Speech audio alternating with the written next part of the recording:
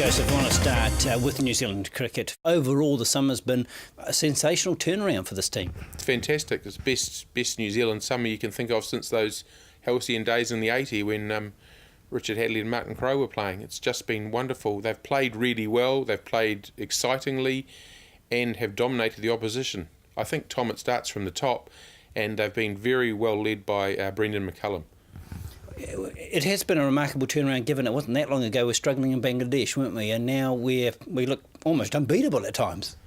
Yeah, although funnily enough, if we went to Bangladesh we might still struggle. I mean, we're at home, which we like, and we've got plenty of seam bowlers, and usually there's a bit in the wicket, so that's good. But I think what's been really encouraging is the batting. Except for the openers, all the rest of the batsmen have been coming off. I mean, we bat from 3 to 11 now, and they've made a lot of runs. So that's a great comfort for a captain and for the bowlers. They're making runs regularly too. Kane Williamson's a good example. The selector's very patient with him in the early days, averaging 20, big year, gap between centuries. Suddenly he's performing every day. Yeah, he's a really terrific number 3 now. He's definitely an international, a world-class number 3. It's a funny thing, I remember going up to Palmerston North to watch a Gillette, that's the secondary school's finals, about 7 years ago, and Fitzherbert Park there, and Kane Williamson was playing on one pitch there, and on the other pitch was Corey Anderson, and so I'd gone up to watch Wellington College with Roger Moses, actually the principal at Wellington College. So we were watching Kane Williamson, because he was playing Wellington College, and he got 70 odd beautifully, and then he gave himself out. He was caught behind down the leg and was given not out and walked off, and I thought that's pretty good. Meanwhile, on the other pitch, there was this bloke that looked like he was a giant with school kids around him, and he kept hitting the ball either into the river, into the trees, across the road, and that was Corey Anderson. And it's quite funny now to see them both stars of the New Zealand team these years later. Well, Anderson's a great segue, because one of the fines, and this season's been about some fines, again, a stuttering start to his first-class career, but suddenly he's blossomed. Yeah, I think you're right. I mean, he wasn't immediately... Williamson was better in first-class cricket earlier on, but when you look at Anderson now, there was a lot to come together, wasn't there? Because he's a very aggressive sort of player, and you need to harness that. And so it can look, for a start, when you're young, you get out, you look like you're very immature and don't quite know what you're doing. He seems to have found his game quite well, and he's one of the hottest commodities in world cricket now. Yes, it'll be interesting how he copes with being a multimillionaire, because it seems to be inevitable that his price tag will be good in India. Yeah, it'll be interesting. I hear conflicting things about him off the field, but he's got good people around him, and if he keeps his head on his shoulders properly and doesn't get carried away with himself, he could be a superstar of world cricket. And they performed, I think, Williamson and Anderson, thanks to the solidity of the superstar of the series is Ross Taylor. Yeah, Ross. Yeah, I suppose he is. To me, Williamson was great. I mean, to make a half century in every match of the one-day series against India, and to make a century in the first test, to me, he's been fantastic. Taylor made a couple of one-day centuries, but not quite as much around it. I mean, Williamson was reliable in every match, but between them, when you've got number 3 and 4 providing those sort of runs, that's a great comfort for everyone else. And McCullum getting big runs again. It was only a matter of time before he did hit form, and a timely form.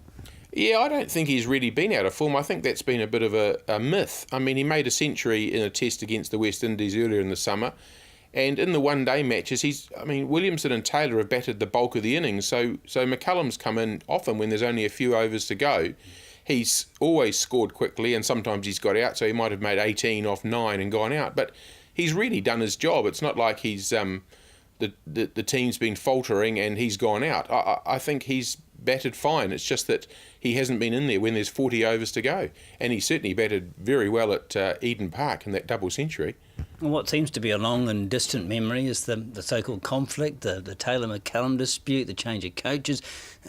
Amazing how success just wipes that from the memory banks. Yeah, but I give a lot of credit to Taylor there, because he has been very successful and he has put it behind him. He was appallingly treated and has put it behind him and done really well for New Zealand. And so it's nice to see Taylor and McCullum getting on pretty well. Yeah, and I think that's quite apparent, isn't it? Apart from a run out, that happens with everyone. They seem to be gelling, and he's consulting him on the field. There seems to be the good rapport. Yeah, it does make me laugh though, isn't it? McCullum's the captain and Williamson's the vice captain, and the person who knows a lot about cricket is not. But however, let him get on and just be the best bat in the team and make runs. That's fine. About 3 or 4 years ago, I was talking to John Wright, and he said, OK, we haven't got the bowlers now, Tom, but there's a brace of good young guys coming through, and they'll all come together, and they'll suddenly come onto the market.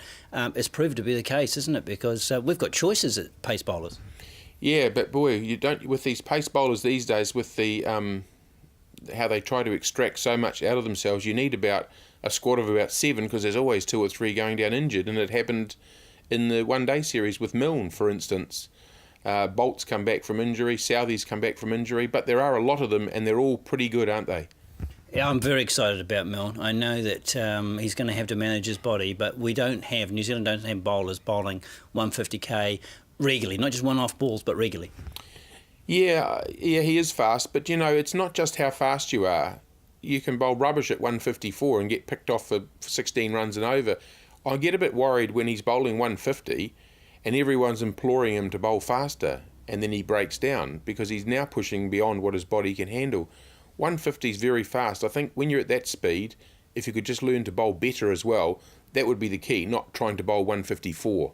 I like his technique though. It's very classical, and I remember Jack Cullis saying, even the greatest batsmen in the world have to have a bit of luck when you're facing good bowling at that pace. Yeah, he's got a nice bowling style. That's true, and at 150, if something goes wrong for a batsman, there's not much time to put it right. Let's look at the keeping. Talk about Luke Ronke. I get annoyed. Guys aren't good enough for one country, immediately make the New Zealand team and get a lot of time to prove themselves. But at last we're seeing the reward from the bat at least. Yeah, he was a bit like McCullum in that he was coming in with only 5 or 6 overs to go, but he did a fantastic job. I mean, he actually scored at more than 200 for the series. He was scoring more than 2 runs a ball. For the one-day series. I was having a talk to Bruce Edgar a while ago, the selector, and he said that you couldn't really put Watling in this team ahead of Ronke in the one-day team, because he said Ronke's natural scoring speed is so fast. Then you say, well, what about the Test team? Because Ronke's also a very good keeper. So there's not much between those two either way. I think Watling has improved out of sight as a keeper. I think he's a very good keeper now, and only going to get better. And he's got that stickability, which I think in Test cricket, to stay around with the tail is what we need rather than maybe the dasher. Yeah. 2 things about that. He's very energetic, Watling, when he's keeping, and I like that. He gets the whole team fizzing, so that's great. But I wouldn't underwrite Ronke as a batsman. I've watched him batting for Wellington, and he can also put his head down and bat for 2 sessions if he needs to. He's a very good batsman. Having said that, I like having Watling in the Test team because, to me, he could be in the team just for his batting. I always look at the current team and look historically where they'd fit in a best ever.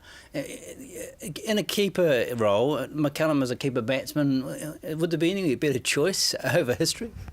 Than McCullum? Yeah.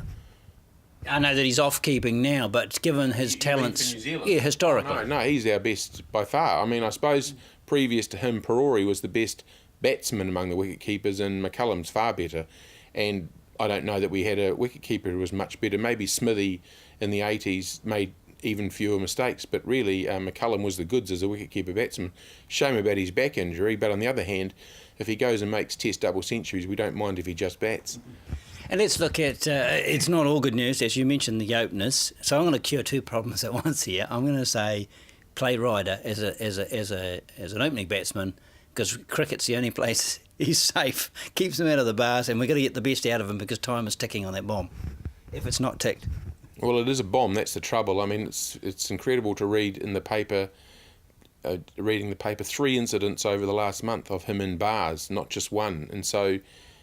yeah, I mean, you put minders on, the team has put a minder on her, and the minder can't control him. So I don't know if it's a failure of management or if he can't be fixed.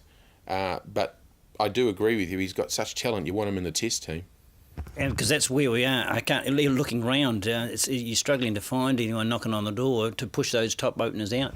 Well, it's funny. I mean, there are good openers around. I tell you, Paps is batting fantastically at the moment and has made runs all season and all last season. He's been terrific, but, I mean, I think they've written him off. Perhaps they wrote him off a bit prematurely, considering how many runs he makes. I don't know. Fulton made some runs a year ago at Eden Park, but not a lot since, and I don't know what's keeping him in the team.